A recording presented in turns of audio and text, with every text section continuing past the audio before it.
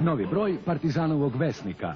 Partizanovi fudbaleri su ponovo oslonac jugoslovenske reprezentacije. Odlasci najboljih košarkaša su kao sudbina, ali to su uvek i novi trofeji. Predsjednik Partizana Ivan Ćurković u posjeti Fernandu Sastru, prvom čoveku sljedećeg svetskog prvenstva. Francuzi žele Jugoslaviju 98. Dragan Perić, pogled dugačak 22 metra. Pola veka našeg večitog rivala. Pobeđujte sve, ali... Biramo najbolji tim Partizana u proteklih 50 godina. Majstori zaustavljaju vreme. 24 časa sa Draganom Ćirićem, mladić koji nikada ne žuri. Sastanak veterana Partizana i Zvezde svake sedmice u Vltavi. Žive legende četvrtkom u 11. Beogradski maraton, polet mu je dao Partizan. Sportska porodica Karakašević, tata je broj 1.